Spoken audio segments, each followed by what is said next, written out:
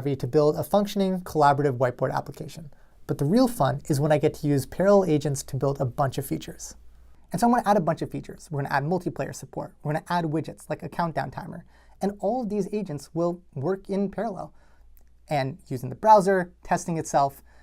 Let's actually add one more thing, just an Easter egg. When I press a certain button, I want some fire emojis to show up. Again, we can just add these agents and they'll all operate simultaneously, complete its work. We can review their artifacts as they go along, and they can test. Seems like the fire emojis are working.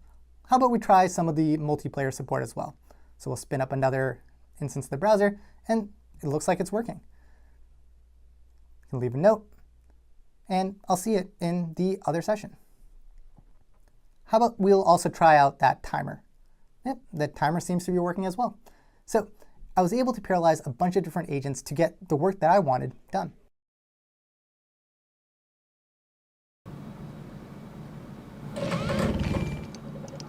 So this is mechanical cardboard problem. We chose this way of demonstrating Antigravity's capabilities because this is a very classic control problem. And in previous versions, the model wasn't actually able to solve this. And this time we were very surprised that it did such a good job very quickly. The goal of this problem is that you want the card to move in a way that it will swing the pendulum that is attached to it up, and then it will stabilize it in an upward position. How I used Antigravity for this was to write the code for the controller. The first prompt was telling the model what I wanted to achieve, telling the model everything that I knew about the box of wonders. What's the measurement? What's the actions that it's sending? How does it communicate to the box of wonders? Then it would create a controller for me. It would write down the code for a controller. The code is written within a couple of minutes. I can just tell it what I want to have, and it will implement it. It will ask me to review the code, which is also really nice because it's still good to be able to check and to have control over this. See if it does anything better. You can see that it's still not really catching it. How I would tune the controller was by inputting to the model plots of the dynamics of the system and how it would behave, how it was behaving in the last run. So it's generating a response now. It was really good at inferring from these plots which parameters of my controller to change. You have to give it all the information about this device here because this is a very unique device. Maybe it doesn't even exist a second time. And so it's definitely not in the training set, which makes it even more interesting because Antigravity really needs to extrapolate from the training set to be able to solve this. Maybe we have to ask Antigravity to check the code. Check the code of the PID controller. So it's saying the card puts surface to stabilize, often overshooting the target. I have advised a second round of gain tuning to address this, focusing on increasing damping.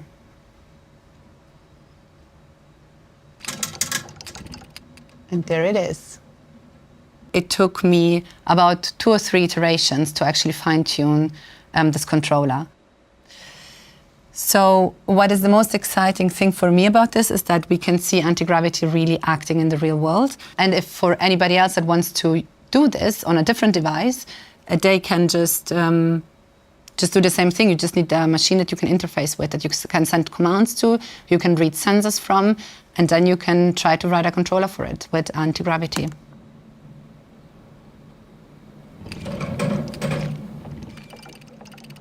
Beautiful.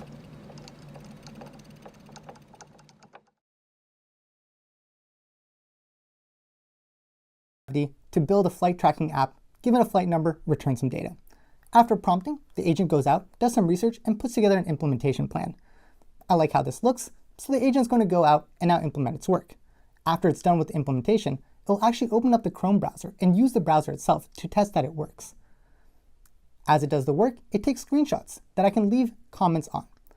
Just a few improvements here, and I actually want to do a little bit of design exploration. The agent will take that feedback and, in this case, use Nano Banana to actually generate some options of what this output could look like. This one looks pretty clean. So I'm going to go tell the agent to use this one as part of its output. The agent will once again go out, take that feedback, implement the work, and test using the browser. The output looks a lot better. At the end, the agent will put together a walkthrough. Think of it like a report, which shows all of its work, including a browser recording of the final output, to prove to the user that it's done its work.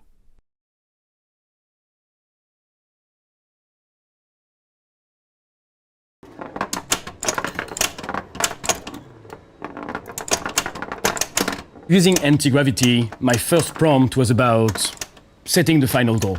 We are going to create a pinball machine that plays itself. I gave it additional context about exactly what was the interface we were going to use, so this web serial API. And then we started creating the building blocks together, from actuating the flippers to the computer vision algorithm, and finally assembling this solution into creating the user interface that you see today. Antigravity just took that initial prompt that I had, take me through the thinking process, understand where I'm going, help me get there. And it was really nice to have an agent to brainstorm, work with, and implement the solution with. I think the most exciting part about this project is that we are bridging the real world to the digital world. So we have two solenoid actuators, and we have a camera here that looks at the flipper area. And all these things go into a microcontroller that is running firmware also written by Antigravity, and that receives commands over USB. And so this allows a program running on the laptop to see what's going on and control the pinball machine. My initial prompt that started it, we're going to make a specialized web serial and Bluetooth controller for a virtual pinball cabinet. And Antigravity is going to go through the planning, building tasks, asking me for implementations, approval, and then do the implementation itself. All right, he created a new project called Simple Serial Sender. So I now have a task list, and it will be executing the plan that he just made up. It is currently building the code, and I'm just going to ask to run it.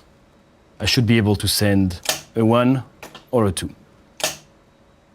See if I just go add camera and see if it worked. And now it's going to open the browser, hopefully with a new feature that we just added. It's here. Nice.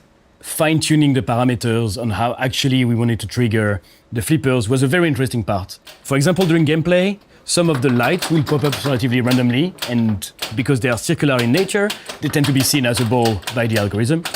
So we managed and played around the idea, effectively creating zones that wouldn't trigger the flippers. It's a good showcase that you can get easily from 0 to 1. You have an idea, you want to get it outside of the world, you want to get it outside your computer. Just being able to build something that actually works in real life, that is piloted from a laptop, was just fascinating to me.